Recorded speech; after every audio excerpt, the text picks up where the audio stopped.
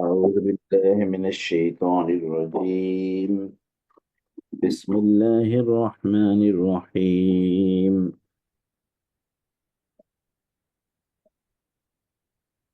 ولولا فضل الله عليك ورحمته لهمت طائفة منهم أن يضلوك وما يضلون إلا أنفسهم وما يضرونك من شيء وأنزل الله عليك الكتاب والحكمة وعلمك ما لم تكن تعلم وكان فضل الله عليك عظيما. لا خير في كثير من نجواهم إلا من أمر بصدقة أو معروف أو إصلاح بين الناس ومن يفعل ذلك ابتغاء مرضات الله فسوف نؤتيه أجرا عظيما. لا خير في كثير من نجواهم إلا من أمر بصدقة أو معروف أو إصلاح بين الناس ومن يفعل ذلك ابتغاء مرضات الله فسوف نؤتيه أجرا عظيما.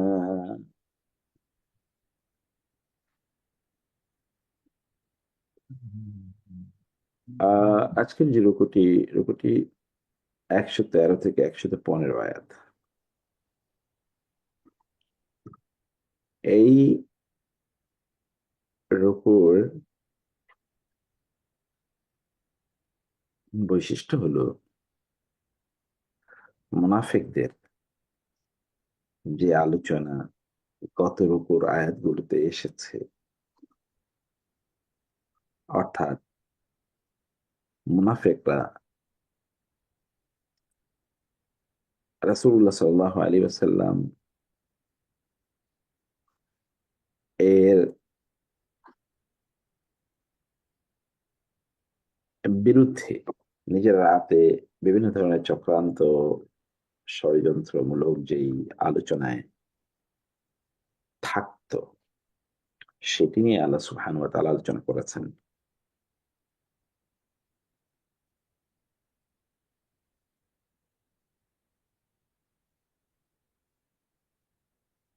তো সেখানে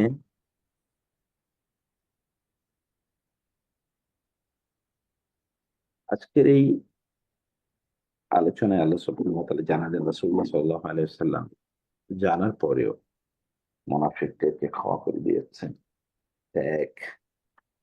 ২ নম্বরে ওদের এই সলা পরামর্শ, এগুলো যে সত্যিকার অর্থে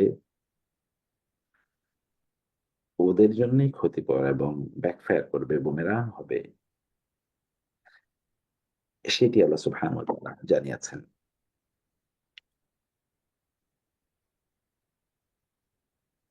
এবং এতে আমাদের জন্য কি শিক্ষা আছে সেটিও আমি একটু বলার চেষ্টা করব পরে ইনশাআল্লাহ।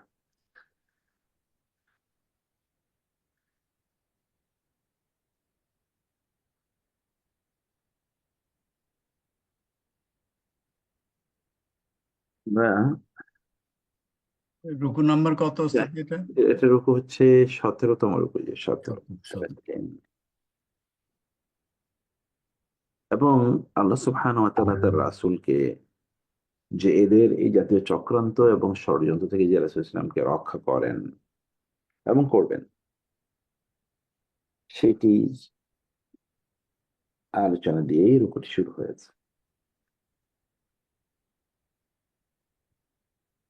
ওয়ালাউলা ফাদলুল্লাহি আলাইকা ওয়া রাহমাতুহু, যদি আল্লাহর রহমত আপনার উপর না থাকতো, লাহাম্মাত তায়েফাতুম মিনহুম আন ইউদিল্লুকা, তাহলে তাদের একদল আপনাকে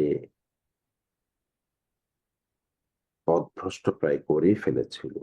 ওমা ইউদিল্লুনা ইল্লা আনফুসাহুম ওমা ইয়াদুরুনাকা মিন শাই। গত রুকুতে আমরা দুটো জিনিস আলোচনা করেছিলাম। মুনাফিকদের একটি, যে তারা রাসূল ইসলামের বাইরে গিয়ে রাসূল ইসলামের বৈঠক থেকে বা হালাকা থেকে দার্স থেকে বের হয়ে গিয়ে তারা নিজেরা বসে যা শোনাচ্ছে রাসূলের কাছ থেকে তার বিপরীত বিভিন্ন ধরনের পরামর্শে লিপ্ত থাকতো। সেটি এরপর ওই যে এক নামধারী মুসলিম এক ইহুদির ঘর থেকে গম চুরি করার পর, আবার এক মুসলিমের ঘর থেকে গম চুরি করার পর এক ইহুদিকে সেখানে ফাঁসি দিচ্ছিল, এবং সেখানে মুসলিমদের মধ্যে কেউ কেউ ওই নামধারী মুসলিম অর্থাৎ মুনাফিকের পক্ষে দাঁড়িয়ে গিয়েছিল রাসূলুল্লাহ সাল্লাল্লাহু আলাইহি ওয়াসাল্লামের কাছে বিচার চাওয়ার জন্য। এই যে অন্যায়ের ক্ষেত্রে কিছু লোক তাদের আহ স্বার্থ চরিতার্থ করার জন্য দাঁড়িয়ে যায়, এবং সেই জায়গায় যদি আপনি ওই সংখ্যার দিকে তাকান মুসলিমদের, যে তারা তো একটা বড় সংখ্যা, অতএব মুসলমানরা তো মুসলমানদের স্বার্থই আপনার রক্ষা করা লাগবে।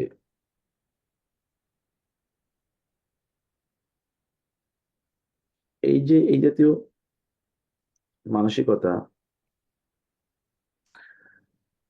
লালন যারা করে তারা সত্যি করতে উম্মার ক্ষতি তারা করে, এবং এদের এই কাজে বা এই সংখ্যা দেখে, এটা একটা বড় সংখ্যা অথবা মুসলমানদের সম্মিলিত স্বার্থ আপনার রক্ষা করতে হবে, অথচ সেটা কিন্তু একটি জুলুম বা অন্যায়। আবার কোনো অমুসলিম হওয়ার কারণে আপনি নিশ্চিতভাবে জানেন যে এটি তার বিরুদ্ধে অন্যায় হচ্ছে, কিন্তু তারপরেও অমুসলিম হওয়ার কারণে আপনি তার বিপক্ষে দাঁড়িয়ে যাচ্ছেন। মুসলিমদের কেউ কেউ অথবা কোন একটা অংশ তারা অন্যায় করছে জেনেও, শুধুমাত্র তারা মুসলিম এই কারণে আপনি তাদের পক্ষে দাঁড়িয়ে যাচ্ছেন, এটা কিন্তু অন্যায়। এটি অন্যায়। এবং এই যে সেন্টিমেন্ট, এই সেন্টিমেন্ট যারা তৈরি করে তারা, অথবা তারা যে ইসলাম এর সাথে তাদের অ্যাটাচমেন্ট, অ্যালিজিয়েন্স, এইটাকে তারা এক ধরনের অস্ত্র হিসেবে ব্যবহার করতে চায়, এরা মূলত অন্যদিকে পথভ্রষ্ট করে। এবং এক্ষেত্রে রাসূলুল্লাহ সাল্লাল্লাহু আলাইহি ওয়াসাল্লাম যেন তাদের এই আহ মানে ইমোশনাল ব্ল্যাকমেলিং এর শিকার না হন, আল্লাহ সুবহানাহু ওয়া তাআলা তার রাসূলকে সেই ব্যাপারে সতর্ক বলে দিচ্ছেন, অথবা তাকে জানিয়ে দিচ্ছেন আল্লাহ তাকে রক্ষা করছেন বিভিন্নভাবে। যেমন আল্লাহ বলেছেন, ওয়ালাউলা ফাদলুল্লাহি আলাইকা ওয়া রাহমাতুহু, যদি আল্লাহর রহমত আপনার উপর না থাকতো লাহাম্মাত তাইফাতু মিনহুম আন ইউদিল্লুকা, তাহলে ওরা প্রায় আপনাকে পথভ্রষ্ট করে ফেলেছে। কিন্তু আল্লাহ তো will save his prophet, but ওয়ালা ওমা ইউদিল্লুনা ইল্লা আনফুসাহুম, তারা তাদের নিজেরই কেবলমাত্র পথভ্রষ্ট করে। ওমা ইয়াদুরুনাকা মিন শাই, তারা আপনার কোনো ক্ষতি করতে পারে না, কারণ Allah is with you and Allah will protect you ultimately from any danger, from going astray. وأنزل الله عليك الكتاب والحكمة وعلمك ما لم تكن تعلم, আল্লাহ আপনার উপর কোরআন নাজিল করেছেন, আপনাকে প্রজ্ঞা প্রদান করেছেন, এবং আপনাকে এমন জ্ঞান দিয়েছেন যেটি আপনি জানতেন না। ওয়াকানা ফাদলুল্লাহি আলাইকা আযীমা, আপনার উপর আল্লাহর মেহেরবানি বিশাল, বিশাল মেহেরবানি। ফলে একদিকে আল্লাহ আপনাকে জ্ঞান দিয়েছেন, অন্যদিকে তিনি অ্যাক্টিভলি আপনাকে প্রটেক্ট করে যাচ্ছেন। এই যে আল্লাহর মেহেরবানি, নেয়ামত, আপনার উপর অনুগ্রহ, রহমত, ফদল, এটি সদা সক্রিয় থাকার কারণে এই মুনাফিকরা আপনাকে ক্ষতিগ্রস্ত করতে পারবে না। এখন প্রশ্ন হলো যে রাসূল ইসলামকে আল্লাহ সুবহানাহু ওয়া তাআলা ওহীর মাধ্যমে প্রটেক্ট করতেন, কিন্তু আমরা কিসের মাধ্যমে প্রটেক্টেড হবো?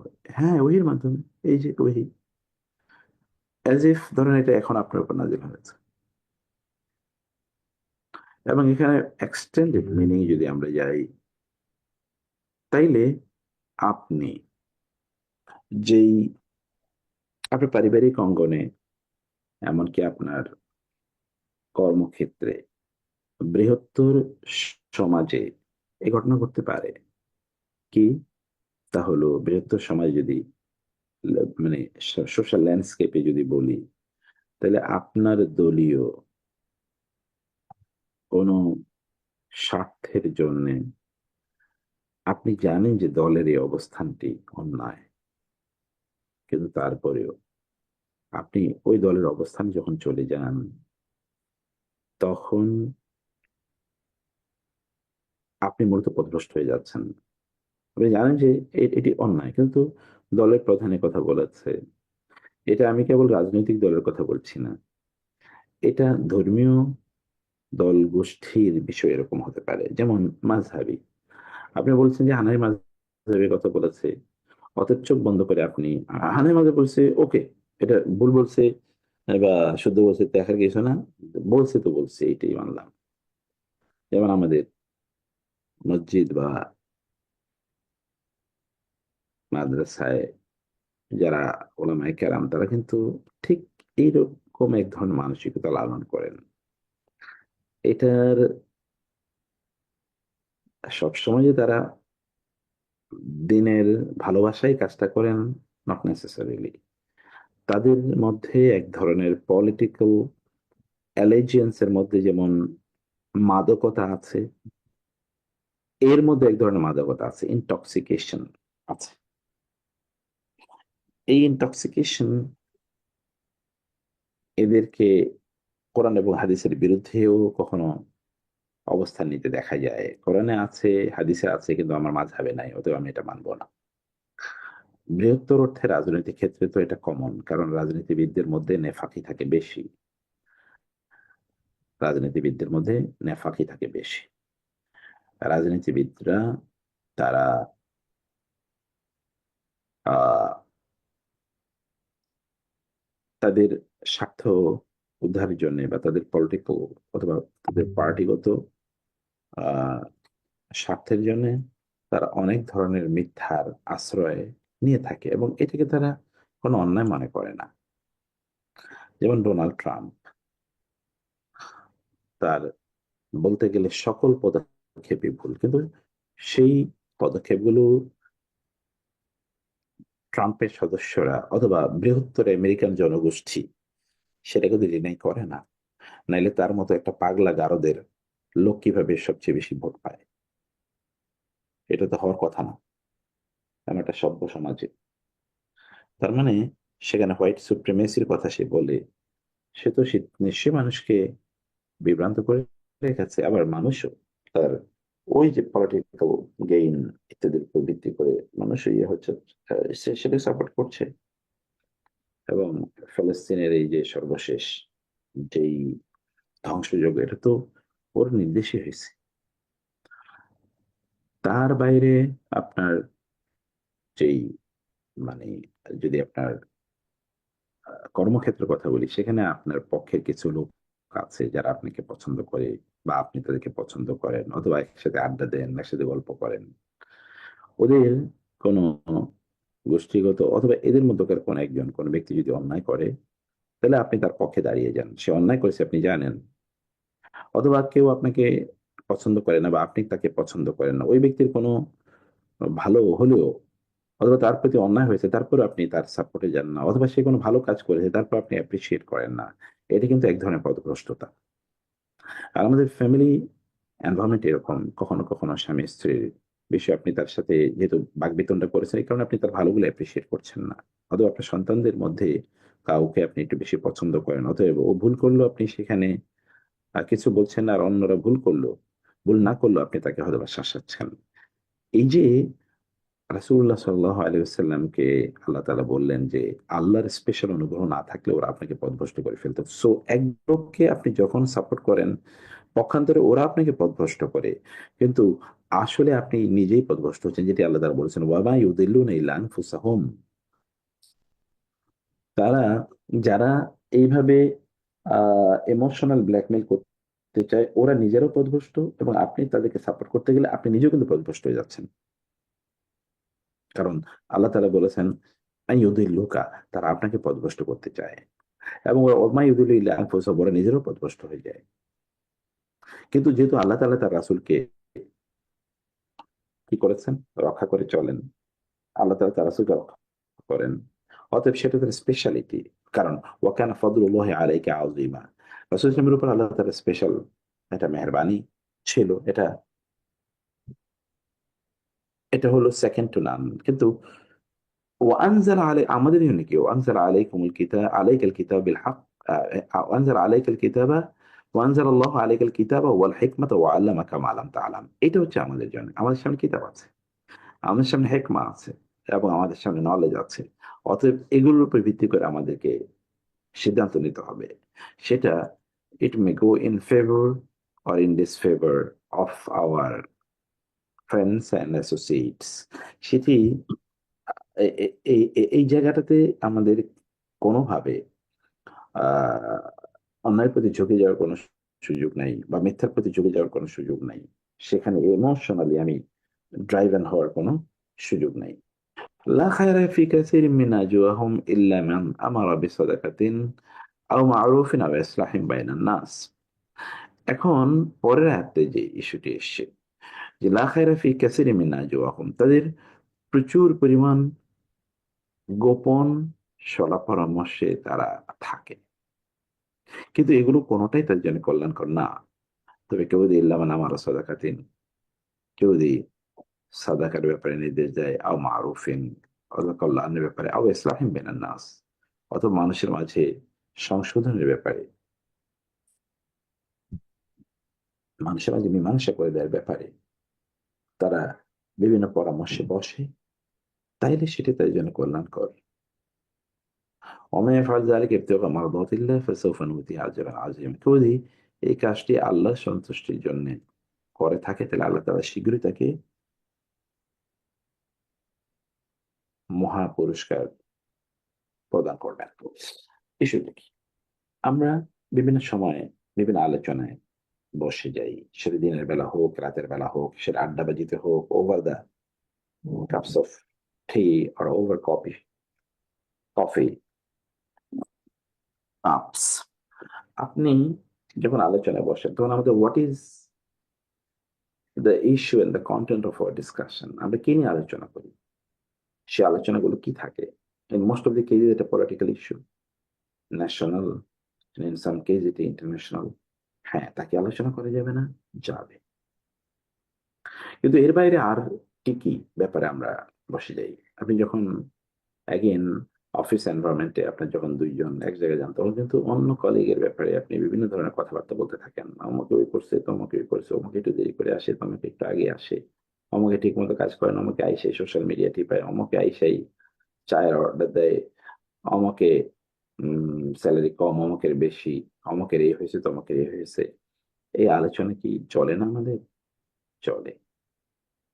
এবং এগুলো ভিশিয়েটিং, এগুলো স্পিরিচুয়ালি ড্যামেজিং, এগুলো আমাদের আধ্যাত্মিকতাকে ধ্বংস করে দেয়, আমাদের আত্মাকে কলুষিত করে, আমাদের রুচিকে নষ্ট করে দেয়, এবাদতের স্বাদগুলো ধ্বংস করে দেয়, আমাদের অন্তরে কালো তিলকের মতো দাগ ফেলে দেয়। ফলে অন্তরে আমরা আল্লাহকে উপলব্ধি করি না, এবং দিনের ক্ষেত্রে আমাদের অ্যাডভান্সমেন্ট বা সামনে এগিয়ে যাওয়ার যাত্রাকে রদ করে দেয়।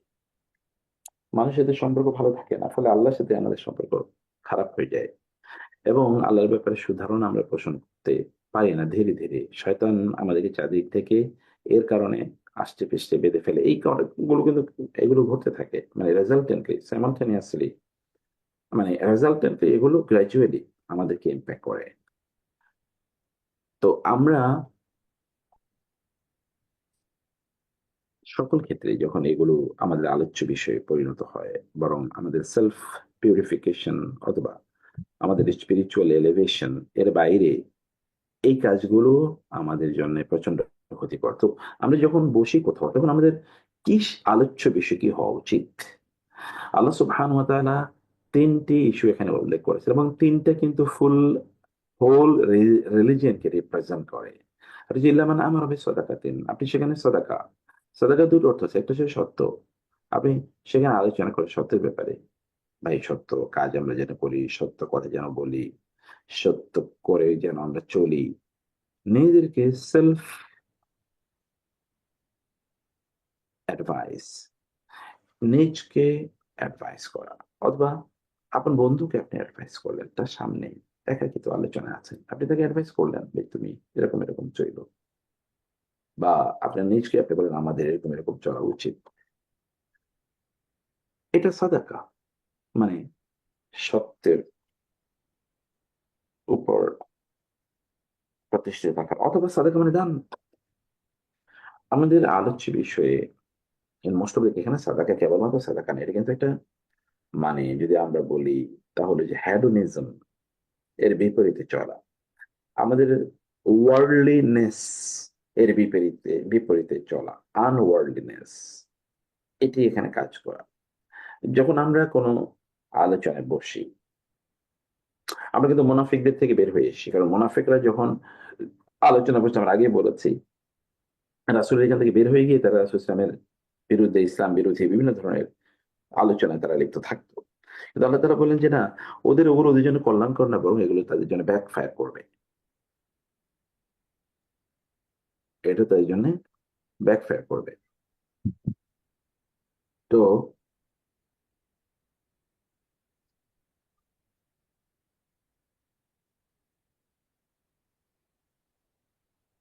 আচ্ছা, একে ডাবল চলে আসে, হ্যাঁ। তো তাইলে কি, বরং তাদের কি করা উচিত ছিল, এখন আমাদেরও কি, এখন ধরেন আপনি বলতে পারেন, আমরা যখন আলোচনায় বসি তখন আমরা কত স্যালারি পাই, আমার বাচ্চারা কোন দেশে পড়ে, কোথায় থাকে, আমি কোন এলাকায় থাকি, আমার ফ্ল্যাটের স্কোয়ার ফিট মানে তার কতটুকু, প্রশস্ততা কতটুকু, কোন এলাকায় জায়গা জমিন কিনেছি, আরো কি কি দুনিয়া সংক্রান্ত প্ল্যান আছে, এর বাইরে কি কিছু আছে? সেখানে কি আমরা আমাদের কালিগদের মধ্যে বা আমাদের আত্মীয়স্বজনদের মধ্যে যারা একটু বিপদে আছে, তাদের বিপদগুলো কিভাবে দূর করতে পারে, এটা নিয়ে কি কোনো আলোচনা হয়? হয় না। অথচ এটাই তো আলোচনা হওয়ার ইস্যু ছিল, এটাই তো আলোচনা হওয়ার ইস্যু ছিল। এবং আমাদের সালফে সালেহীনের অবস্থা এরকম ছিল। এখন গির্জাগুলোতে হয়তো আপনি, যদিও গির্জাগুলোতে লোকেরা কম যায়, কিন্তু যারাই যায়, গির্জার ফাদার হয়তো বা তাকে জিজ্ঞেস করে যে, তোমাকে নতুন দেখছি, তোমাকে তো আগে দেখিনি কখনো। তখন সে হয়তো বা বলবে যে হ্যাঁ, আমি আগে আসিনি, আহ তবে আজকে এসেছি। বলো তোমার পারিবারিক, তোমার ব্যক্তিগত অবস্থা, পারিবারিক, তোমার, মানে আমার একটু পরিবারের টেনশন আছে, আমার বাচ্চাটা অসুস্থ, চলো আমরা সবাই মিলে আজকে তোমার জন্য দোয়া করি। এটা মুসলমানরা করতো, খ্রিস্টানরা এখান থেকে নিয়েছে। আপনি মসজিদে যাওয়ার পর ইমাম সাহেব কবে আপনাকে জিজ্ঞেস করছে, ভাই আপনি কেমন আছেন, আপনাকে তো আগে দেখিনি, আপনার নাম কি, কোন এলাকায় থাকেন? এই আলোচনা তো ইমাম সাহেব করে না। আর আমাদের যে পাশে বসে থাকি, আমরা যে পাশে থাকি, আমরা যার সাথে নামাজ পড়ি, তাকেও তো কোনোদিন জিজ্ঞেস করি না। তাকে জিজ্ঞেস করে কি, আমি পাশের ফ্ল্যাটেরই তো কোনোদিন খবর নেই না। তো আমাদের আলোচ্য বিষয় কি? আমাদের আলোচ্য বিষয় তো ভিন্ন জিনিস। ফয়সাল ভাই ক্লাস শেষে ফোন দেবো ইনশাআল্লাহ। আসসালামু আলাইকুম। আচ্ছা। তো তারপর মারুফিন অথবা মারুফ কোন কল্যাণ, এর বিষয়ে আলোচনা আমাদের যখন আলোচনা আসে, তখন সমাজে পজিটিভ অ্যাক্টিভিজম এর ব্যাপারে আমাদের আলোচনাটা কি থাকে? মিটিং যে 11টার সময় আমাদের আমাদের পরিবারেও কি, যখন আমরা পারিবারিক আলোচনায় বসি, তখন আমাদের আলোচ্য বিষয় কি থাকে? সেটা নিশ্চয়ই থাকে আগামীকাল বাজার কি হবে, এবং অথবা মোস্ট, আপনার মোস্টলি যেটা আমাদের ডিসকাশনে চলে আসে, সেটা হলো যে আমাদের আত্মীয় স্বজন কে কি আকাম কুকাম করেছে, এগুলো, অমকের এই, অমকের সেই, এর বাইরে তো আলোচনা নাই। তো মারুফ সেখানে কোথায়, আও ইসলাহি বাইনান নাস, অথবা আমরা কেবল অন্যের দোষ ত্রুটি ইত্যাদি আলোচনা করার চেষ্টা করি, এবং সেখানে আরো আগুন জ্বালিয়ে দেওয়ার চেষ্টা করি, কিন্তু সেখানে ইসলাহ কই, আও ইসলাহি বাইনান নাস কোথায়, মানুষের মাঝে ইসলাহ করা, অথবা মানুষের মাঝে ইসলাহ করা, সেটা কই, সেটা তো কিন্তু আমরা পাই না, সেটা কিন্তু আমরা দেখছি না। মানুষের মাঝে, দুইজনের মাঝে, দুই ব্যক্তির মাঝে দ্বন্দ্ব আছে। এই দ্বন্দ্ব আমরা নিরসন করার জন্য বৈঠকে বসেছি দুই বন্ধু, ওনাদের একটু সমস্যা আছে, চলো তো কেমনে সমাধান করা যায়, বুদ্ধি বাইর করি না, বরং ওইখানে আরো কিভাবে আগুন জ্বালিয়ে দেওয়া যায়, পেট্রোল জ্বালিয়ে দিয়ে ওইটাকে আরো পুড়িয়ে দেওয়া যায়, সেই আলোচনায় আমরা লিপ্ত থাকি। অমাইয়া ফাল জারি, কিন্তু এর বিপরীতে যে সকল ব্যক্তিরা এই যে মানে তারা দান সাদাকা, অথবা যারা মানুষের কল্যাণ করা, অথবা ধরেন মানুষের সমস্যার সমাধান করা, বা তাদের যে সম্পর্ক হানি, এটাকে অ্যামেন্ডমেন্টের জন্য যারা কাজ করে, আল্লাহ তাআলা বলছেন ফাসাউফা, শীঘ্রই আমি তাদেরকে মহা প্রতিদান পুরস্কার প্রদান করব। যখন আল্লাহ তাআলা বলেন শীঘ্রই সিন দিয়ে, তখন আপনাকে বুঝতে হবে যে এটা এই দুনিয়ায় আল্লাহ তাআলা প্রদান করবেন, আর আখিরাতে আল্লাহ তাআলা রেখে দিয়েছেন তাদের জন্য, আখিরাতে আল্লাহ তাআলা তাদের জন্য রেখে দিয়েছেন। এই আয়াতটি এখানে একটু ভুল চলে এসেছে। এই আয়াতটা হবে ওমাই ইউশাকিকিল্লাহ ওয়া রাসূলাহু, ওমাই ইউশাকিক, এই যে ওমাই ইউশাকিকিল্লাহ, কিন্তু এখানে আমি আপনাদের এই আয়াতটাকে এখানে এইটা আবার এখানে পেস্ট হয়ে গেছে। আয়াতটা হলো যে ওমাই ইউশাকিকিল্লাহ ওয়া রাসূলাহু ওয়া ইয়াখশাল্লাহ ওয়া ইয়াত্তাকিহি, আর যে ব্যক্তি আল্লাহ সুবহানাহু ওয়া তাআলাকে, এটা হলো 100,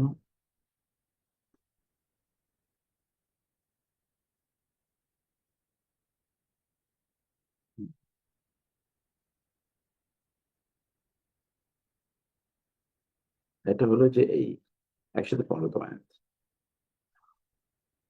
ومن يشاقق الله ومن يشاقق الرسول من بعد ما تبين له الهدى, আর ওই প্রেক্ষাপট মুনাফিকরা মানে হেদায়েতের এই বিষয়গুলো স্পষ্ট হয়ে যাওয়ার পরেও যারা রাসূল ইসলামের বিরোধিতা করে, এবং তাদের পরামর্শ বা আলোচনা সভায় রাসূল ইসলামের বিরোধিতাই মুখ্য আলোচ্য বিষয় হয়ে দাঁড়ায়, এই সকল ব্যক্তিদের মানে এক নম্বর, যারা রাসূল ইসলামের বিরোধী তাদের একমাত্র আলোচ্য বিষয়, দুই নম্বর হচ্ছে ওয়াত্তাবি গায়রা সাবিলিল মুমিনিন, এবং মোমেনদের আইডিয়াল পথ পরিত্যাগ করে, তারা অন্য পথে চলে। মুসলমানদের আইডিয়াল পথ কি? আইডিয়াল পথ হচ্ছে তারা অন্য মুসলিমদের জন্য কল্যাণকামী, মানুষের সেবায় নিজেদেরকে নিয়োজিত করে, তারা কেবল আত্মকেন্দ্রিক নয়, সেলফ সেন্ট্রিক নয়, তারা সেলফিশ নয় বা সেলফলেস, তাদের উপার্জিত সম্পদ কেবল তাদেরই ভোগ করার অধিকার আছে, এমনকি তাদের আত্মীয় স্বজনের সেখানে কোনো অধিকার নাই, সে কারণে তারা নিজেরাই ভোগবাদী। তাদের হয়তো ব্যাংকে হিউজ পরিমাণ অর্থ পড়ে আছে, কিন্তু তাদের আত্মীয় স্বজন না খেয়ে আছে অথবা কষ্টে আছে, তারপরে তিনি তার নিজের বা তার সন্তান অথবা তার সন্তানদের সন্তানদের ভবিষ্যৎ, তার গ্রেট গ্র্যান্ড চিলড্রেন, তারা কি খাবে সেই সম্পদও সে নিজে ইনকাম করে যেতে চায়, অথচ তার ইমিডিয়েট, তার কন্টেম্পোরারি, অথবা তার একবারে ক্লোজ আত্মীয় স্বজন, যারা তার বয়সী, তার চেয়ে বৃদ্ধ, তার চেয়ে একটু কম, তার সমসাময়িক, এদের জন্য সে চিন্তাও করে না, চিন্তা করে তার 70 বা 100 বছর পরে যে জেনারেশন আসবে তারা কি খাবে, তারা কি থাকবে, তাদের নিয়ে সে সম্পদ, তাদের জন্য সম্পদ জোগাড় করে যায়। এই যে মানসিকতা যেটি অন্যরা লালন করে থাকে, আল্লাহ বলছেন নোয়াল্লিহি মা তাওয়াল্লা ওয়া নুসলিহি জাহান্নাম, সে যেদিকে যায় আমি ওইদিকে ওরে ছেড়ে দেবো, আমি তাকে, যেমন রাসূলকে বলেছেন যে তিনি তাকে প্রোটেকশন দেবেন, তাকে রক্ষা করবেন, কিন্তু এই যেহেতু লোকদেরকে আল্লাহ তাআলা, ওরা যেই দিকে যেতে চায় আল্লাহ তাআলা ওই দিকে তাদেরকে পাঠিয়ে দেবেন, যাও তুমি এদিকে যেতে চাও, তোমার সুযোগ দিয়ে দিলাম, আমি ফেরেশতাদেরকে তোমার পথ আটকিয়ে দেব না, আমি তোমাকে কোনো বিপদ দিয়ে ওইখান থেকে ফিরিয়ে নিয়ে আসবো না। কোন ব্যক্তি তিনি জুয়া খেলতে যাচ্ছিলেন, প্রতিমধ্যে বিপদ হয়েছে, মানে তার গাড়ির অথবা ধরেন চাকা পাংচার হয়ে গেছে, অথবা তার গাড়ির ইঞ্জিনে আগুন ধরে গেছে, সে ফিরে চলে এসছেন, আল্লাহ ওই জুয়ার আসরে গিয়ে এসে এমন বিশাল ক্ষতি হতো যে তাকে আত্মহত্যা হতো, আত্মহত্যা করতে হতো, আল্লাহ তাআলা এই ছোট ক্ষতি দিয়ে তাকে বাঁচিয়ে নিয়ে এসছেন। এটা ওকে বাঁচানোর জন্য আল্লাহ সুবহানাহু ওয়া তাআলার পক্ষ থেকে আয়োজন ছিল। কিন্তু কিছু কিছু লোককে আল্লাহ তাআলা আয়োজনই করবেন না, ও নির্বিঘ্নে হয়তোবা সেই পথে চলে যাচ্ছে, কোনো বা এবং ওইখানে যাওয়ার পরে তার জ্বর হয় না, অথবা তার কাশি হয় না, অথবা তার ধরেন আম, মানে অসুস্থতা তার ইয়ে করে না। সে ওইখান থেকে দিব্যি সুস্থ আছে, এগুলো করে যাচ্ছে, জুয়া খেলে, মদ খায়, মানুষের হত্যা করে, অথবা মানুষের সম্পদ লুণ্ঠন করে, মিথ্যা কথা বলে বেড়ায়। তারপরও সে খুবই সুস্থ, তাজা। আর আরেকজন, তিনি কিন্তু বিপদ, কোনো খারাপ কাজ করতে গেলে তিনি বিপদে পড়েন এবং ওখান থেকে তাকে ফিরিয়ে নিয়ে আসতে হয়। কার উপর আল্লাহর অনুগ্রহ বেশি? এই যাকে আল্লাহ তাআলা বিপদ দিয়ে বিশাল ইয়ে থেকে, জাহান্নামের পথ থেকে ফিরিয়ে নিয়ে আসেন। এটা আল্লাহ বলছেন অনশ্রী জাহান্নাম, আলটিমেটলি এই ব্যক্তিকে আমি জাহান্নামে নিক্ষেপ করবো। যে রাসূলের পথ বাদ দিয়ে, মানে রাসূল ইসলামের বিরোধিতা করে, তার কন্টেন্ট অফ ডিসকাশন হচ্ছে রাসূলের বিরোধিতা। 2 নম্বর হচ্ছে সে মুসলমানদের আহ আচরিত, মানে যে যেই পথ পদ্ধতি, সেখান থেকে তারা বের হয়ে গিয়ে তারা অন্যদের মতো করে তাদের পথে তারা চলে, অন্যদের পথে তারা চলে। ওই ব্যক্তির ওই পথে চলাটাকে আমি সহজ করে দেবো, সে সেই দিকে যাবে। এবং মাসাত মাসির, আর জাহান্নাম হচ্ছে গন্তব্যস্থল হিসেবে ভয়াবহ ভাবে মন্দ, খারাপ। এটি ভয়াবহ ভাবে খারাপ। তো এই হচ্ছে এই 3টি আয়াতই মূলত আমরা আয়াতগুলোতে আমাদের জীবনেরই কথা বললাম। আমরা যেই বিষয়টি বলি যে কোরআনকে আপনার পড়ার জন্য অনেকগুলো পথ আছে। এর মধ্যে একটা হলো কেরাত। কেরাত মানে হচ্ছে আপনি কোরআন পড়ে গেলেন। কেরাত তাআব্বুদ, অর্থাৎ আপনি কোরআন পড়ছেন, কারো সওয়াব পাবে, প্রত্যেক বর্ণের জন্য 10টা করে নেকি পাবেন। এই জন্য আপনি কোরআন পড়ছেন। হ্যাঁ, এটা একটা রিডিং, এবং এই রিডিং হচ্ছে একেবারে বিলো অ্যাভারেজ বা অ্যাভারেজ মানুষের রিডিং। কিন্তু কোরআন একটা কেরাত ও তাদাব্বুরিন ওয়া তাফাক্কুরিন ওয়া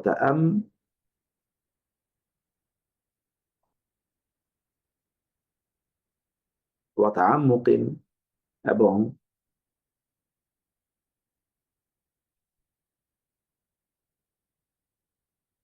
এবং এটা হচ্ছে মানে চিন্তা করার জন্য পড়া, বা পড়ে চিন্তা করা। এই পাঠটি হচ্ছে কোরআনের বেসিক দাবি। কি? যখন আপনি কোনো একটি আয়াত পড়লেন, তখন এই আয়াতের যে অ্যাপারেন্ট মিনিং এটা আপনি জানলেন। জানার পর আপনি একটু চোখ বন্ধ করলেন, অথবা আয়াতের দিকেই তাকিয়ে আপনি ভাবলেন যে এখানে আমার জন্য কি কথা আছে। কারণ এটা একটা হিস্টোরিক্যাল কনটেক্সট আছে, যে কনটেক্সটে আয়াতটি নাজিল হয়েছে। আপনি সেটা তো জানবেনই, জানতে হবে, জানবেন। কিন্তু এটা কি কেবল কনফাইন টু দি কনটেক্সট, যেই প্রেক্ষাপটে নাজিল হয়েছে, কেবল তার সাথেই? তাহলে ওই কনটেক্সটের সাথে আমার কোনো রিলেশন নাই। তাহলে আমার সাথে এই আয়াতের রিলেশন,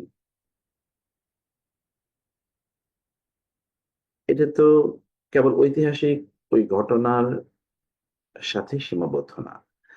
এটা তো সেই ঘটনাকে অ্যাক্সিড করে আমার কথা এখানে বলার কথা। কারণ human experience are always same. এখন থেকে 10,000 বছর আগে লোকেরা যা এক্সপেরিয়েন্স করেছে, সমাজে যা ছিল এখনো তাই আছে। কেবল হয়তোবা রূপ পরিবর্তন হয়েছে। আগে হয়তোবা লোকেরা জুয়া খেলার জন্য এইরকম পশ কোনো ক্যাসিনো তাদের জন্য ছিল না, যেখানে আপনার মেডিকেল ডক্টর আছে, সাইকোলজিস্ট আছে, মোটিভেশনাল স্পিকাররা আছে, সেখানে আপনার ওয়েটার আছে, সেখানে বিভিন্ন ধরনের ড্রিঙ্কস এর অ্যাভেলেবিলিটি আছে, সেখানে আপনি শুয়ে থাকতে পারবেন, বিশ্রাম নিতে পারবেন, খাবার দাবারের ব্যবস্থা আছে, আপনাকে লোন দেওয়ার ব্যবস্থা আছে। মানে এইরকম ছিল না। কিন্তু সিস্টেমটা তো এরকমই মানে এই জুয়া তো ছিলই। মদ হতে পারে তো বিশাল মানে ক্যাটাগরি ছিল না মদের, বা মদ খাওয়ার জন্য আপনি ওইরকম লাক্সারিয়াস কোনো জায়গায় আপনার জন্য অ্যারেঞ্জমেন্ট ছিল না। কিন্তু মদ তো থাকতো। মদ খাওয়ার পর যে আচরণ, ওই একই আচরণ এখনো। অতএব মানুষের এক্সপেরিয়েন্স, মদ খেলে আগেও যা হতো এখনো তাই হয়, জুয়া খেললে আগে যা হতো এখনো তাই হয়, একই অবস্থা। এক্সপেরিয়েন্স কখনো ডিফার করে না। তো ফলে আপনার জন্য তো এখানে রিডিং আছে। আপনি ওই রকম একটা সিচুয়েশন আপনি নিজেও পড়েন। কেবল আপনাকে একটু ওয়াইডার স্পেকট্রামে যেতে হবে, অথবা আপনাকে একটু কন্টেম্পলেটিভ, মানে এটা হচ্ছে রিডিং অফ কন্টেম্পলেশন, একটু চিন্তার তেলাওয়াতে আপনাকে ঢুকতে হবে, চিন্তার পাঠে আপনাকে ঢুকতে হবে, আদারওয়াইজ এটি হবে না। এই কাজটি করা দরকার। এরপরে আরেকটা কাজ রয়ে গেছে, তাহলে যে এতটুকুই না, তাইলে আপনি কনটেক্সটের সাথে এই আপনার কনটেক্সটকে মিলিয়ে তারপরে এখান থেকে আপনার পার্সোনাল রিডিং নেবেন, যেটা আমরা বলছি তাদাব্বুর। কিন্তু এর বাইরে আরেকটা জিনিস তাসবির। তাসবির মানে হচ্ছে এই কনটেক্সট থেকে বের করে নিয়ে এসে এটা একটা সামগ্রিক আরো ইউনিভার্সাল কোনো রিডিং নেয়া, আরো ইউনিভার্সাল কোনো রিডিং নেয়া এখান থেকে। এবং এরকম অসংখ্য জিনিস আছে। যেমন ধরুন কোরআনে আল্লাহ সুবহানাহু ওয়া তাআলা বলেছেন কোন মোমেন এক সাপের গর্তে দুইবার হাত পা দেয় না, মানে একবার মুসলমান দুইবার করে না। এখানে কোরআনে আপনি যখন সূরা ইউসুফে আল্লাহ সুবহানাহু ওয়া তাআলা বলেছেন ইউসুফ আলাইহিস সালামের বাবা ইয়াকুব আলাইহিস সালাম, তিনি ইউসুফ আলাইহিস সালামকে হারিয়ে তার জন্য কাঁদতে কাঁদতে অন্ধ হয়ে গেছেন। তো ছেলেরা এসে, ওই 11 ছেলে এসে বাবাকে যখন তারা মিশরে গেলেন, ইউসুফ আলাইহিস সালাম তাদেরকে চিনলেন এবং বললেন তোমাদের ছোট ভাইকে নিয়ে আসো, নাইলে তোমাদেরকে আর, কারণ তখন দুর্ভিক্ষ চলছিল, তোমাদেরকে আর ইয়ে দেওয়া হবে না, গম বা ফুড তোমাদেরকে দেওয়া হবে না। এখন ছেলেরা বাবার কাছে এসে বললো যে বাবা, আমরা তো আহ ওইখানে গমের জন্য গিয়েছিলাম, কিন্তু আমাদেরকে তো দিচ্ছে না, বলছে যে আমরা যদি ছোট ভাইকে না নিয়ে যাই তাইলে আমাদেরকে আর গম দেবেন না, কারণ আপনি আমাদেরকে ছোট ভাইকে আমাদের সাথে দেন। তখন তিনি বলেছেন যে হাল আমানুকুম কামা ইল্লা কামা আমানতুকুম আলা ইউসুফ, তোমাদের মনে নাই আমি তো ইউসুফের ব্যাপারে তোমাদেরকে একবার বিশ্বাস করছিলাম, কিন্তু তোমরা করছো কি? এখন আবার ইউসুফের ছোট ভাইকে তোমাদের কাছে দেব? না, এটা করবো না। এই যে তিনি একই mistake, the same mistake he doesn't commit again. এখান থেকে আপনি দেখেন আপনি রিডিং কোথায় নিচ্ছেন, আরেকটু ওই জায়গা থেকে আরো আরো বৃহত্তর পরিসরে আপনি রিডিংটা নিয়ে যাচ্ছেন, আরো বৃহত্তর, এবং এটার প্রপার বিকল আপনি গোটা উম্মার জন্য এখান থেকে হয়তো ব্যালেন্স নিয়ে নিচ্ছেন। আরো অসংখ্য জিনিস এখানে থাকতে পারে। যেমন আমি ট্রেনিং এর কথা বলি, যে মানুষকে ট্রেনিং দিতে হবে, কারণ ট্রেনিং এর বিষয় আপনি কোথায় পাবেন? কোরআনে। কোরআনে আছে, যেমন মুসা আলাইহিস সালাতু ওয়াস সালামের হিস্টোরিক্যাল সেই আহ যেই মানে ইয়ের কথা, মানে ওই জাদুকরদের সাথে তার ঐতিহাসিক সেই ঘটনা। তার আগে আল্লাহ সুবহানাহু ওয়া তাআলা মুসা আলাইহিস সালাম যখন মাদিয়ান থেকে, মানে ইরাকের এই অঞ্চল থেকে তার স্ত্রী এবং সন্তানদেরকে নিয়ে তিনি মিশরের উদ্দেশ্যে রওনা দিচ্ছিলেন, প্রতিবন্ধী তুর পাহাড়ে আল্লাহ তাআলা তাকে, মানে ওইদিকে তিনি যাওয়ার সময় তিনি বলেন যে ওই দূরে আমি আগুন দেখতে পাচ্ছি, কারণ রাতের অন্ধকারে তারা যাচ্ছিলেন, তাদের একটু আগুন লাগবে রাস্তা চলার জন্য। অথবা তারা পথ হারিয়ে ফেলছে, কোন দিক দিয়ে যাবে মিশরে, লোকজনকে জিজ্ঞেস করার জন্য ভাবলো যে কই, কারণ রাতে লোক পাওয়া যাচ্ছে না। তো দেখা গেল দূরে একটু আগুন। তিনি বলেন আমি একটু, তার স্ত্রী এবং সন্তানকে বলেন তোমরা বসো, আমি একটু আগুন ওইখান থেকে একটু আগুনের একটু ফুলকি নিয়ে আসি যেন, বা স্ফুলিঙ্গ বা একটু একটু হালকা মশাল জ্বালিয়ে নিয়ে আসি, যেন আমরা এইভাবে চলতে পারি। ওইখানে যাওয়ার পরেই সেখানে তিনি গিয়ে দেখলেন আসলে তো এটা আগুন না, এটা হচ্ছে আলো। কিসে? সবুজ গাছে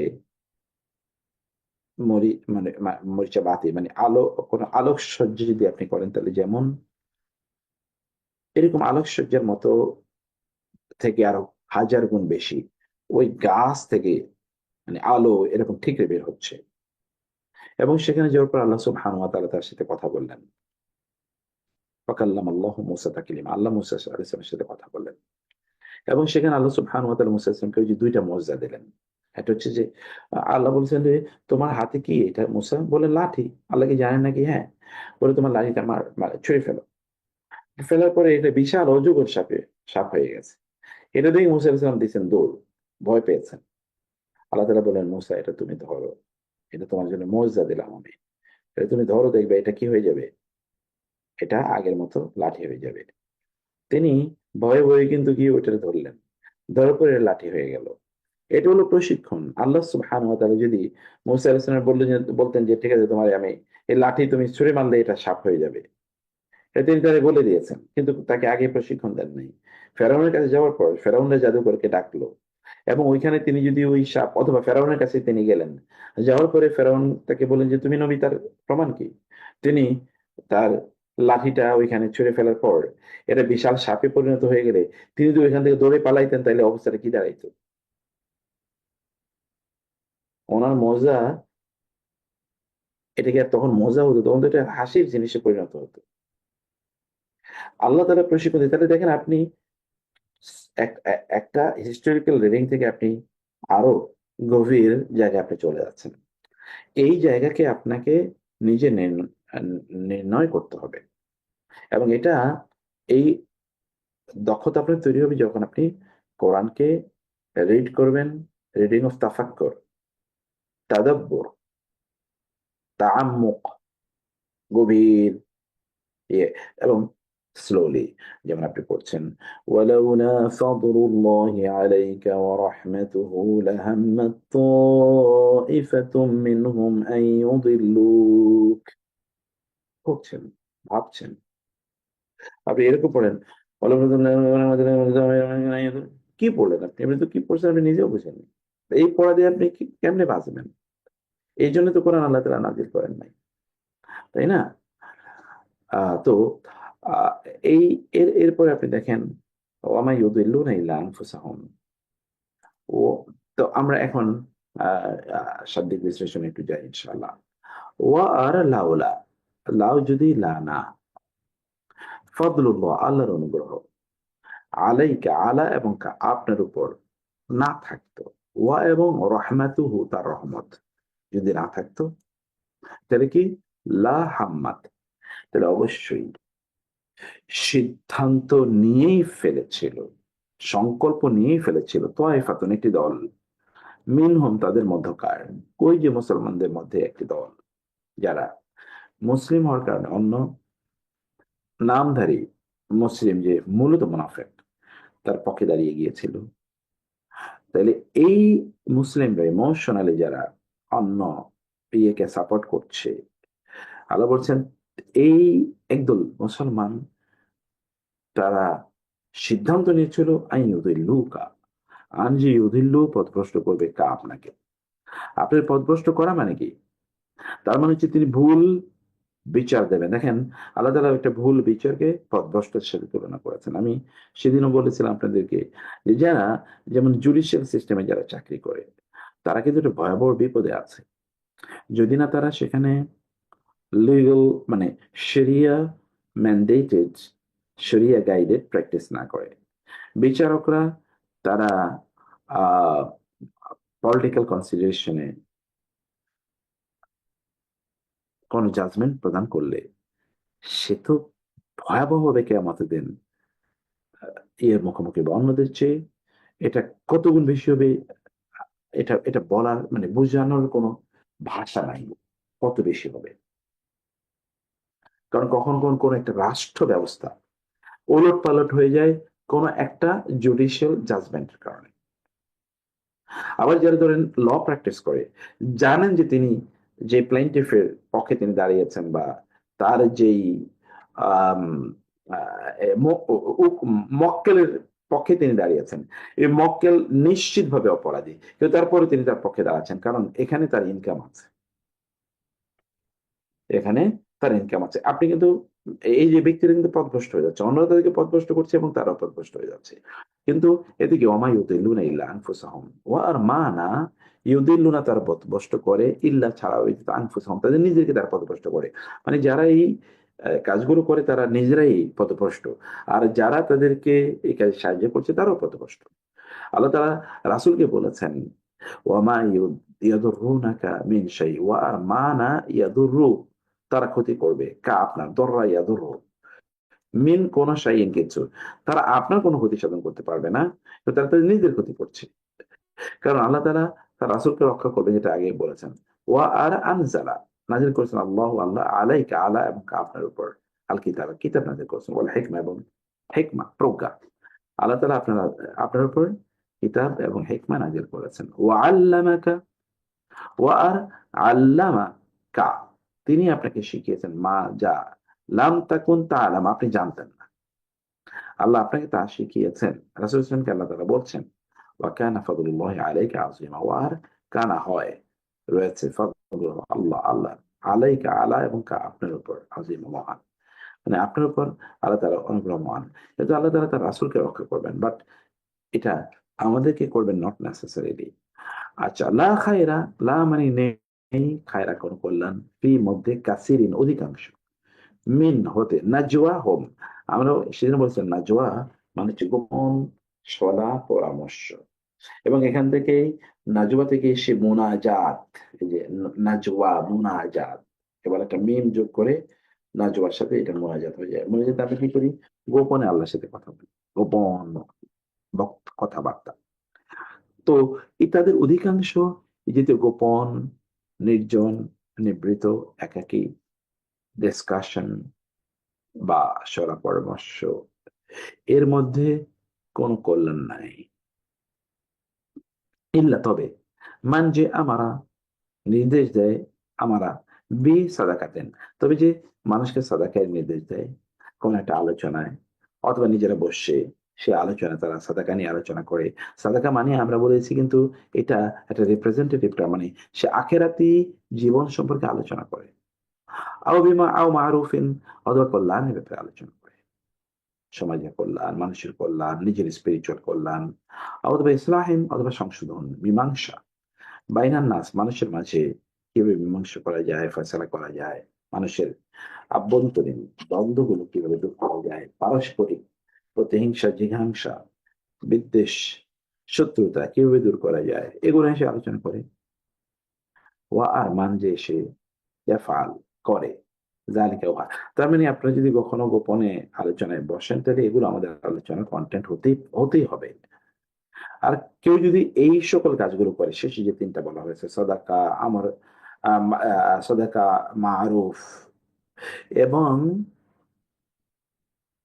ইসলাহি বাইনান নাস, এগুলো তৈরি করে ইবতিগা সন্ধানে, মারদাত, রেদা রাদিয়াল্লাহু আনহুম ওয়া রাদু আন, এই যে আল্লাহর সন্তুষ্টির সন্ধানে কেউ এই কাজ করে, ফাসাউফা, ফাতাইলে, সাউফা শীঘ্রই, ফা সাউফা শীঘ্রই, নুতিহি, আমরা তাকে দেব,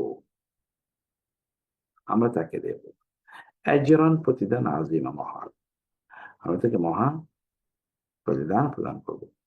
ওমাই ইউশাকিক ইল্লা, আর ওয়া আর মান যে সে কে ইউশাকিক, শাকাকা ইউশাকিকু, এর হচ্ছে বিরুদ্ধাচারণ করা, আর রাসূল, রাসূলের, মিন বাদে পরে, মা যা তাবাইয়ানা স্পষ্ট হয়েছে, লাহু ওই ব্যক্তির জন্য, আল হুদা ওই ব্যক্তির জন্য, হেদায়েত স্পষ্ট হয়ে যাওয়ার পর, যেই ব্যক্তি, মানে আপনার কাছে হেদায়েত স্পষ্ট, আপনি জানেন যে আপনি যা করছেন তা অন্যায় করছেন, you know it,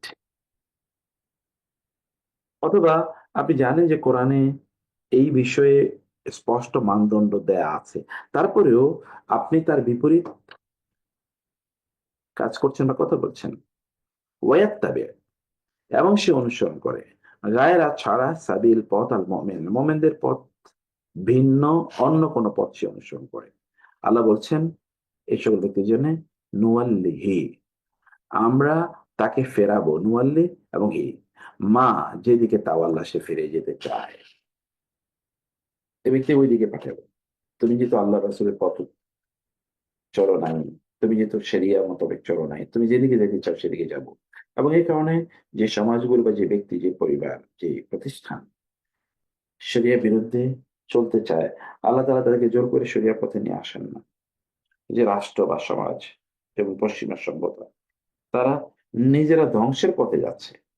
LGBT Q, এটা যদি, যেই ছেলেটি ছেলে থেকে মেয়ে হচ্ছে, যে মেয়েটি মেয়ে থেকে ছেলে হচ্ছে, ওর বাবা মা যদি এরকম হইতো, অথবা যে এখন বলছে যে মানে ছেলেরা ছেলেকে বিয়ে করবে, মেয়েরা মেয়েকে বিয়ে করবে, যে এই এই বক্তব্যটা মেনে নিচ্ছে, তার বাবা মা যদি এরকম করতো তাহলে ওর জন্ম হতো কোত্থেকে?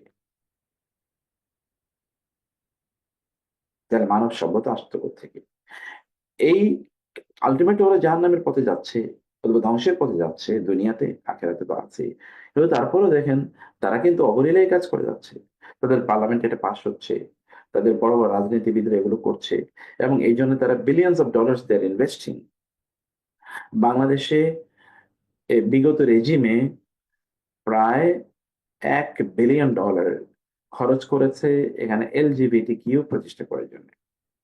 বিগত রেজিমে আমেরিকা থেকে $1 বিলিয়ন, এটা বাংলাদেশের একটা ইউনিভার্সিটির, তাদের একটা হেলথ সেন্টার আছে, সেই সেন্টারের মাধ্যমে এগুলো এসে, এবং এগুলো ডিস্ট্রিবিউশন আছে। অনুশ্রী জাহান্নাম, আল্লাহ বলছেন আলটিমেটলি নুসরি, আমি তাকে দগ্ধ করব, অথবা তাকে নিক্ষেপ করবো, কারণ আমরা বলেছিলাম সলা এর দুটো অর্থ, এই যে দগ্ধ কার্য নিক্ষেপ করা, কোথায়? জাহান্নামে। ও আর সাত, কতই না মন্দ নিকৃষ্ট মাসিরা, গন্তব্যস্থল জাহান্নাম, কতই না নিকৃষ্ট গন্তব্যস্থল, এবং সেখানে এই জাতীয় ব্যক্তিদেরকে থাকতে হবে। তো জাকুমুল্লাহ খায়ের, আমার একটা ইয়ে আছে, আজকে একটা প্রোগ্রাম আছে, আমি মুক্তার ভাই, আসসালামু আলাইকুম। আপনি যাওয়ার আগে শাহিদ বলছি, আসসালামু আলাইকুম। জি কেমন আছেন? তো জি, আলহামদুলিল্লাহ। সরি, একটু দেরিতে জয়েন করছে। আমার ছেলে নাতনি অনেক ভোরবেলায় গেছে, নামায় এসে শুয়ে, আর না ফজর পরে আবার উঠতে উঠতে একটু দেরি হয়ে গেছে। ও মুক্তার ভাই, ওই ইয়ে মোনাজাতের কথাটা, এই যে যেটা ওইখানে যে ওয়ার্ডটা আছে, এবং গোপন সলা পরামর্শ এবং মোনাজাত যোগ করলে যে আল্লাহ তাআলার সাথে আমরা যে গোপনে যে প্রার্থনা, এখন এইটার যে ইনকনগ্রেশন, যখন আমরা নামাজ পড়ি, নামাজের পরে আমরা যখন ধরেন সৌদি আরবে যাই, একেবারেই দেখি না যে ইনকনগ্রেশন প্রেয়ারের পরে একসাথে মোনাজাত হচ্ছে, জি যেটা is in line with what you just mention.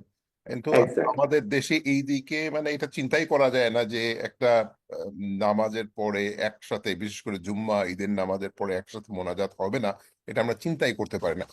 এই ডিফারেন্সটা কি কোনো মাযহাবগত, না এখানে কোনো মৌলিক পার্থক্য, রুলিং এর কি ব্যাপার, একটু যদি আলোকপাত করেন।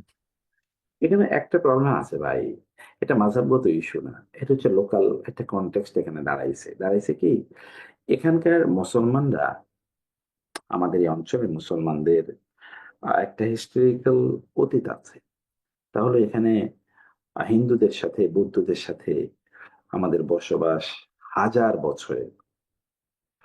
আবার আমাদের পূর্বপুরুষদের মধ্যে আহ সবার পূর্বপুরুষ না, কারণ হতে পারে আপনাদের পূর্বপুরুষরা বাইরে থেকে, আরব বিশ্ব থেকে, সে কারণে এখানে হাজার হাজার আরব সেটেলার এখানে আছে।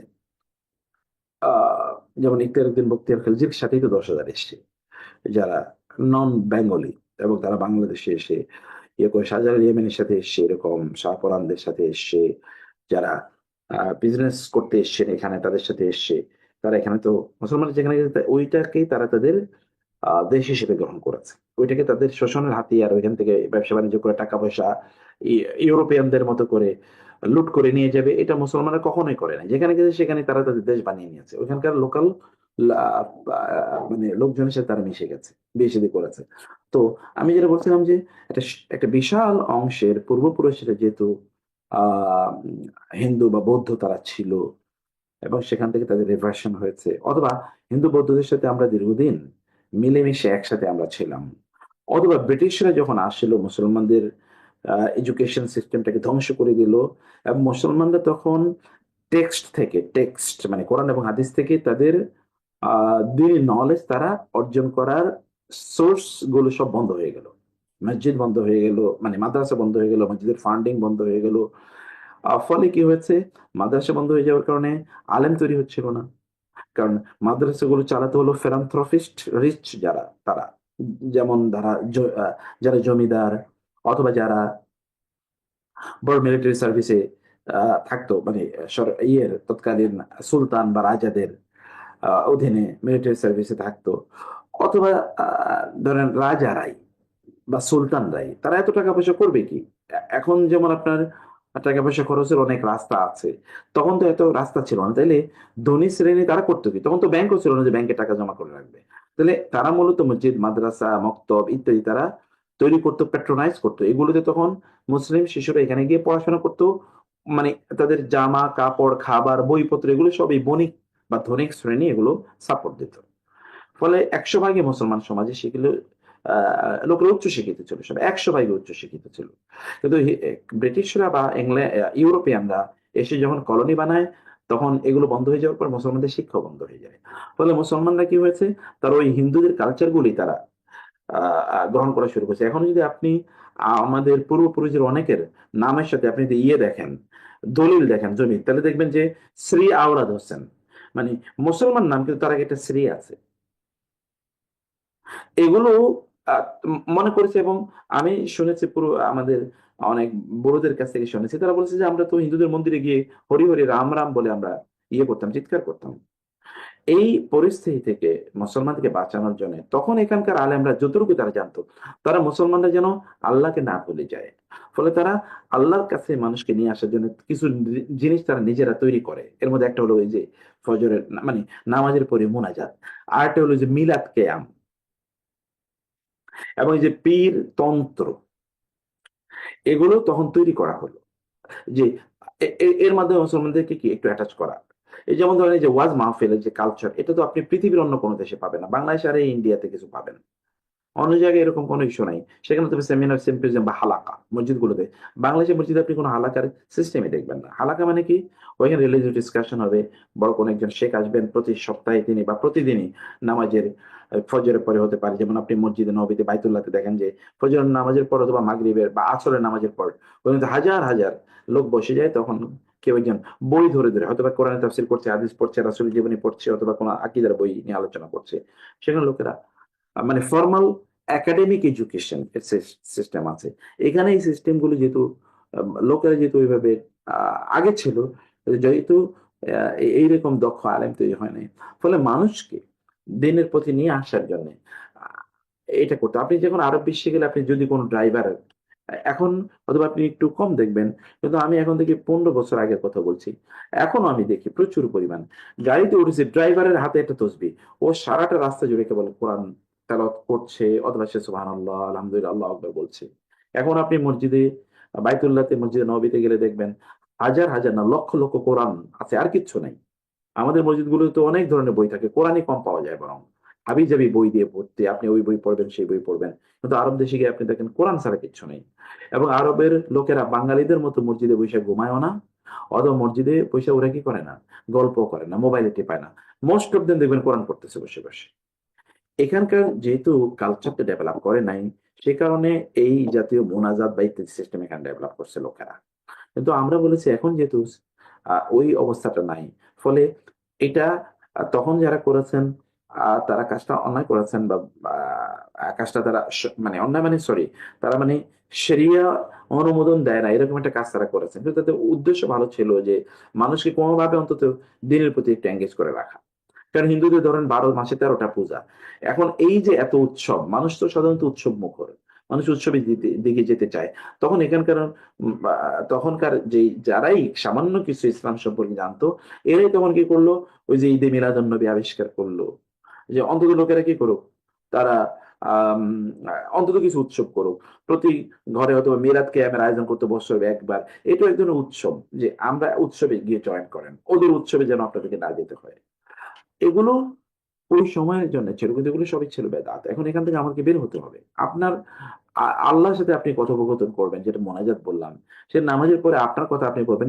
হুজুর যদি ওনার কথা কয়, তা আপনার কথা কে কইব? ওনার বক্তব্য আর আপনার বক্তব্য তো এক না। আর ওনার কথা আল্লাহ তাআলা কবুল করবেন তার জন্য, কিন্তু আপনার কথা তো আপনার বলতে হবে। আপনার কথা আপনাকে বলতে হবে। এবং এই কারণে যেমন আমরা তো, আমি সাধারণত নামাজের পরে মোনাজাত দিয়েছি, এটা কবে দিছি আমার মনে নেই, এটা হয়তো বা 30 বছর আগে হতে পারে, তারপরে আর দিই নাই। কারণ এটি আহ আমার বক্তব্যটা আমাদের নামাজের পরে তিনি অনেক তাসবিহ তাহলিল আছে, তাসবিহ তাহলিল করার পর তারপরে তিনি আল্লাহর কাছে মোনাজাত করুন। মোনাজাত করে তো তিনি একাই কি করবেন, তিনি তখন কাঁদবেন। মানুষের সামনে আমি কাইন্দা করবো কি? আমার কথা তো আমি বলতে পারছি না।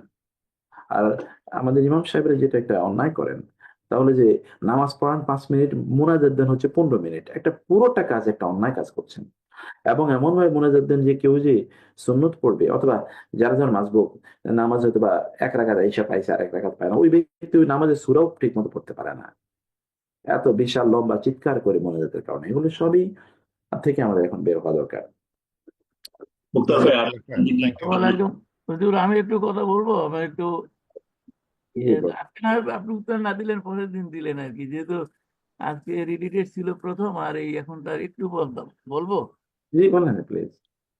সেটা হচ্ছে ওই যে বলতে প্রথম একটা কথা বলছিলেন, এই শেষেরটা একটু পরে বলতেছি, যে মুসলমানরা দেখা যাচ্ছে যে তার নিজের দলকে বা ইসের জন্য অনেক সময় এইরকম অন্যায় সাপোর্ট করে।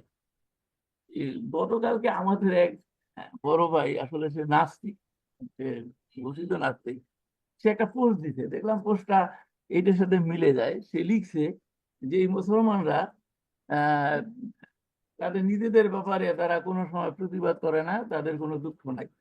যেমন ইখওয়ানুল মুসলিমিন মিশরে, সেখানে ছাত্রদের প্রায় লক্ষ লক্ষ ছাত্র হত্যা করছে এবং একদিনে মিশরের 70,000 ছাত্র মারা গেছে। বিশ্বের কোন মুসলমানরা তার প্রতিবাদ করে নাই। 6 লক্ষ হুতি এই ইয়েমেনে, সৌদি আরব বোমা মেরে হত্যা করছে। বর্তমানে এরা আমেরিকা বোমা মারতেছে। এ ব্যাপারে মুসলমানদের কোনো কথা নাই। পাকিস্তানে এই শিয়া সুন্নি বোমা বাস করে এই পর্যন্ত 48টা থেকে শুরু করে 3 লক্ষের মতো শিয়া মারা গেছে, কিন্তু এই ব্যাপারে মুসলমানদের কোনো কথা নাই। ইরাকের যুদ্ধে প্রায় 8 লক্ষের মতো মুসলমান মারা গেছে, সেটা থামানোর জন্য মুসলমানদের তেমন কোনো তৎপরতা ছিল না। এমনকি সেই ইসলামের প্রথম সময় এই যে ইবনে হিন্দা, আমি ইবনে হিন্দা বলতেছি যেহেতু তাকে আলী রাদিয়াল্লাহু আনহু, হাসান রাদিয়াল্লাহু আনহু ইবনে হিন্দা বলতো। সে সিফফিনের যুদ্ধে তখনকার সময় 65,000 সাহাবী মারা গেছে তার এই যুদ্ধের কারণে। এবং যুদ্ধের পরে সে আলী রাদিয়াল্লাহু আনহুর পক্ষে যারা যুদ্ধ করছে তাদের সকলকে যারে যেখানে পাইছে তাদেরকে হত্যা করছে। এ ব্যাপারে মুসলমান উল্টো যুক্তি দিয়া ওই লোককে, ইবনে হিন্দাকে, অনেক সম্মানিত করে। আর এই মুসলমানই 70,000, মানে ইসরায়েল মারছে কত, 70,000, ওনার হিসাবে 92,000 মারা গেছে 48 সাল থেকে এই পর্যন্ত। তার জন্য সারা বিশ্বে মুসলমান প্রতিবাদ করতেছে। মুসলমান যদি এইরকম মানে পক্ষপাতিত্ব করে, তাইলে তো আল্লাহর সাহায্য সে কেমন করে পাবে? মানে এর ওটা সে নাস্তিক লোক, কিন্তু সে ওই কথাটা লিখছে। সেই জন্য, যেহেতু আপনার আজকের ওই প্রথম পড়ানোর সাথে তার পোস্টটা মিলে গেল, এই জন্য আমি আর কি এটা একটু রিপিট করলাম। আর এই মোনাজাতের ব্যাপারে আমার সবচেয়ে একটা কথা কি, যে আজকে আমরা যে এই দেহবন্ধ বলি, এটা 1863 সালে আসছে। আমরা যে এই সুন্নি সুন্নি বলি, এটা 1868 সালে আসছে। আমরা তাবলিগ নিয়ে মাতামাতি করি, 1921 সালে আসছে। আমরা জামাত ইসলাম নিয়ে মাতামাতি করি, এটা 1941 সালে আসছে। যেই গ্রুপটা এই যে এখন এই যে মোনাজাত বলেন, এই ব্যাপারে যারা কথা বলেন, এদের উৎপত্তি 1906 সালে। এর আগে কি সবার সব ধর্ম ভুল ছিল? এরকম অনেকের প্রশ্ন আছে। যেহেতু আমাদের অত জ্ঞান নাই, আমরা করে উত্তর দেই না, আমরা শুধু শুনি।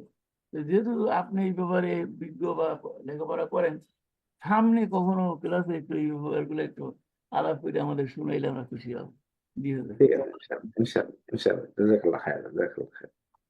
মুক্তার ভাই, জাস্ট আমি আরেকটা যে শুরুতে আপনার সাথে কথা বলেছিলাম, এটা শেয়ার করলে হয়তো অনেকের ইয়ে হতে পারে। আমি সবার সাথে একটু শেয়ার করি। মুক্তার ভাই একটু শর্টকাটে ওটা বলে দেন, যদিও বলেছেন আগে। আমি ওই কিছুদিন আগে জর্ডান আর ইজিপ্টে গিয়েছিলাম। আমি জর্ডানে একটা মসজিদে মাগরিবের সময় দেখলাম জামাতে নামাজে তৃতীয় রাকাতে রুকু থেকে উঠে হাত তুলে মোনাজাত করেছেন। আবার ইজিপ্টেও দেখেছিলাম আল আজহার মস্কে আর কি। তো মুক্তার ভাইকে আমি কারণটা জিজ্ঞেস করি, উনি একটা সুন্দর ব্যাখ্যা দিয়েছিল আর কি। তো ওটা যদি মুক্তার ভাই একটু যা সবার জন্য বলেন। যাই হোক, এটা আমি যেটা বলেছিলাম, এটাকে বলে কুনুতে নাজেলা। এটাকে বলে কুনুতে নাজেলা, অর্থাৎ যখনই মুসলমানদের কোনো বিপদ ঘটে, তখনই, অথবা রাসূল সাল্লাল্লাহু আলাইহি ওয়াসাল্লাম যখন মুসলমানদের কোনো বিপদ ঘটতো, যেমন একবার একদল লোক রাসূল সাল্লাল্লাহু আলাইহি ওয়াসাল্লাম কাছে এসে বললেন যে আমাদের এলাকার সকল লোকেরা মুসলমান হয়ে যেতে চায়, তো তাদেরকে দিনই প্রশিক্ষণ দেওয়ার জন্য আপনি কিছু লোক আমাদেরকে দেন। রাসূল সাল্লাল্লাহু আলাইহি ওয়াসাল্লাম ওদের কথায় বিশ্বাস করে 70 জন সাহাবী ওদের কাছে দিলেন যে যাও তোমরা ওদেরকে দিন শিখে আসো। কিন্তু ওরা প্রতিমধ্যে মুসলমানদের উপর ভিত্তি করে সবাইকে হত্যা করে ফেলে, এই 70 জনকে হত্যা করে ফেলে। তখন মুসলমানদের সংখ্যাই কয়জন, এবং এরা খুবই সিনিয়র সাহাবী, এরা কোরআনের এক্সপার্ট ছিলেন। তখন রাসূল সাল্লাল্লাহু আলাইহি ওয়াসাল্লাম ওদের বিরুদ্ধে প্রায় ১ মাস কুনুতে নাজেলা প্রত্যেক নামাজে তিনি মুসলমানদের জন্য, এই যারা এরকম অন্যায়ভাবে নিহত হয়েছেন, শহীদ হয়েছেন, তাদের জন্য তিনি কেঁদেছেন, এবং যারা এই ষড়যন্ত্র করেছে তাদের বিরুদ্ধে তিনি দোয়া করেছেন। এটা কারণ কি? কারণ হচ্ছে যখন এটা এক ধরনের সোয়াচের রোগ, যখন আপনি দেখবেন যে মুসলমানরা কোথাও মাইর খাচ্ছে, তখন যেমন নেতানিয়াহু যখন এটা শুরু করেছে, তখন কিন্তু এই যে মোদিও একই কাম করা শুরু করেছে। মানে এটা যখন আপনি দেখবেন যে আপনি তো তাদেরকে মারলে কেউ কিছু বলার মতো না, তখন দেখবেন অন্যরা এটা করা শুরু করে দিয়েছে। তো এই কারণে রাসূল ইসলাম যেন এই প্রবণতা অন্য জায়গায় যেন তৈরি না হয়, এবং এটি কিন্তু কয়েকবার এই ঘটনাটা করেছে। এই একই মানে এই সময়ে কয়েকটা জায়গায় এই ঘটনা করেছে, মুসলমানদেরকে রাসূল ইসলামের সাহাবীদেরকে বিভিন্ন জায়গায় হত্যা করেছিল এই ঘটনা। তখন তিনি ১ মাস প্রত্যেক নামাজের শেষ রাকাতে রুকু থেকে দাঁড়িয়ে অথবা রুকুতে যাওয়ার আগে হাত তুলে আল্লাহর কাছে দোয়া করেছেন, যেখানে আমরা বিতরের নামাজে যেরকম কুনুত করি ওই রকম কুনুত করেছে। এটাকে বলা হয় কুনুতে নাজেলা। আমাদের দেশে এটা লোকেরা বুঝেও না, কেউ এটা করেও না, কিন্তু আরবরা যখনই এরকম কোনো ঘটনা ঘটে তখন তারা এই কুনুতে নাজেলা তারা করে থাকে। আমরা নিজেরা, আমি যেমন এই জুমার আগের জমাতে আমি জুমার নামাজে কুনুতে নাজেলা করেছি। এখানে মাঝাবি একটা বিতর্ক আছে, যেমন হানাফি মাযহাব অনুসারে কেবল ফজরের নামাজে কুনুতে নাজেলা করা যায়, আর অন্য সকল মাযহাব অনুসারে সকল নামাজে আপনি কুনুতে নাজেলা করতে পারবেন। তো থ্যাংক ইউ ভেরি মাচ। আমার একটা প্রোগ্রাম আছে, আমাকে একটু বের হতে হবে আর কি। আমরা নেক্সট ক্লাসে তাহলে বিস্তারিত আলোচনা করবো। জাযাকুমুল্লাহ খায়র। আসসালামু আলাইকুম ওয়া রাহমাতুল্লাহ। সাল্লাল্লাহু সুবহানাহু ওয়া তাআলা নবিয়ানা মুহাম্মদ ওয়া আলিহি ওয়া সাহবিহি আজমাইন। সুবহানাকাল্লাহুম্মা ওয়া বিহামদিকা আশহাদু আল্লা ইলাহা ইল্লা আনতা আস্তাগফিরুকা ওয়া আতুবু ইলাইক। আসসালামু আলাইকুম ওয়া রাহমাতুল্লাহি ওয়া বারাকাতুহু। ওয়া আলাইকুম আসসালাম ওয়া রাহমাতুল্লাহ।